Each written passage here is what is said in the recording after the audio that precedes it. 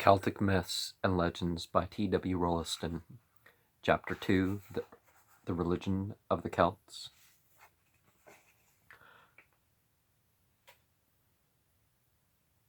The ship symbol at New Grange. Another remarkable, and, as far as Ireland goes, unusual figure is found sculptured in the west recesses at New Grange. It has been interpreted by various critics as a mason's mark, a piece of Phoenician writing, a group of numerals, and finally, and no doubt correctly, by Mr. George Coffey, as a rude representation of a ship, with men on board, an uplifted sail. It is noticeable that just above it is a small circle, forming, apparently, part of the design.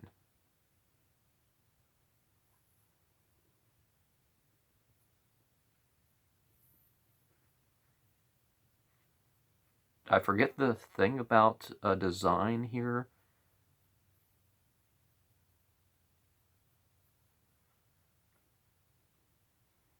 Designs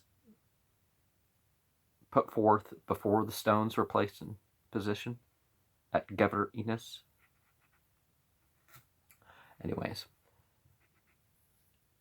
another example occurs at Douth. The significance of this marking, as we shall see, is possibly very great. The solar ship with sail from New Grange, Ireland, and other illustrations. So we got this, we got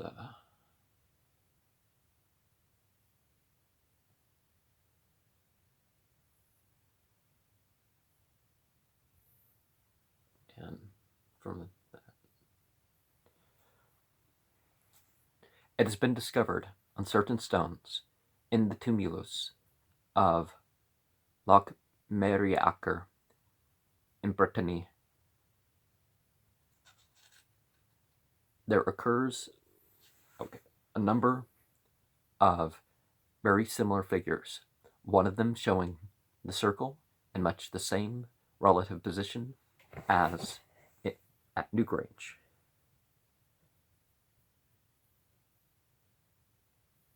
The Procurator of the Royal Irish Academy, Volume 8, 1863, page 400, and G.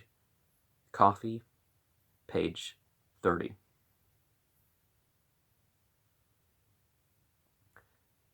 The axe, an Egyptian hieroglyph for godhead, for power, and a well-known magical emblem, is also represented on this stone.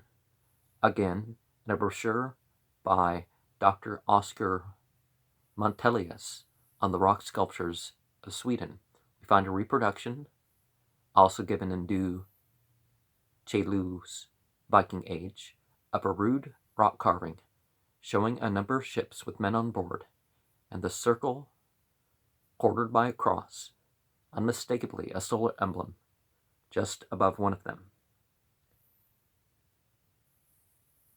And Les Sculptures des Rochers de la Suède, read at the Prehistoric Congress, Stockholm, 1874, and G. Coffey, page 60.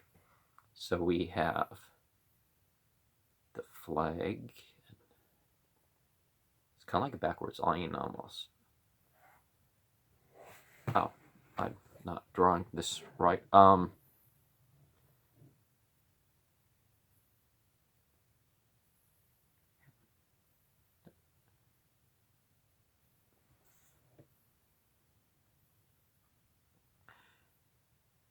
That these ships, which like the Irish example, are often so similarly represented as to be mere symbols which no one could identify as a ship, were the clue, not given by other and more elaborate representations, were drawn so frequently in conjunction with a solar disk merely for amusement or for a purely decorative object, seems to me most improbable.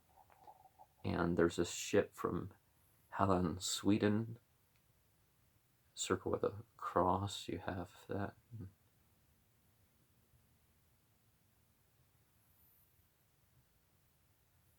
And then you have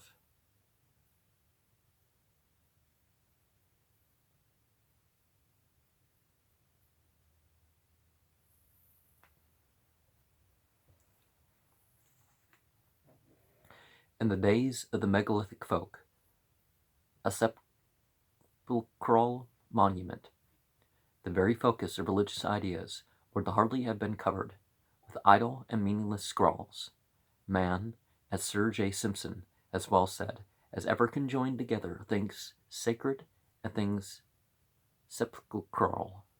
Nor do these scrawls, in the majority of instances, show any glimmering of decorative intention. But if they had a symbolic intention, what is it that they symbolize?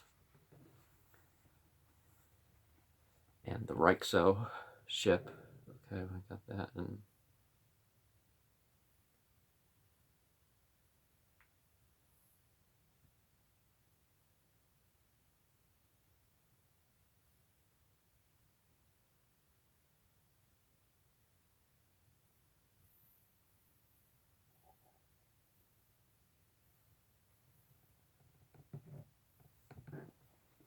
here we have come, I believe, into the highest order of ideas than that of magic. The suggestion I have to make may seem a daring one, yet as we shall see, it is quite in line with the results of certain other investigations as to origin and character of the megalithic culture. And the ship carving with the solar emblem.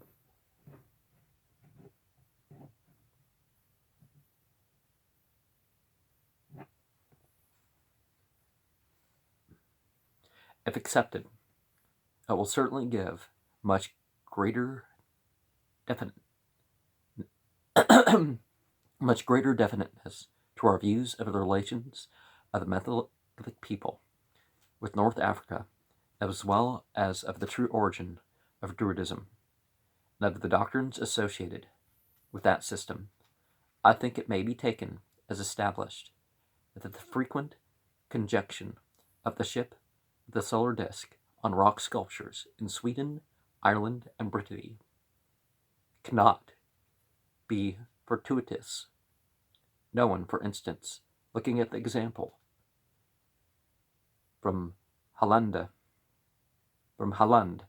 given above, can doubt that the two objects are intentionally combined in one in one design.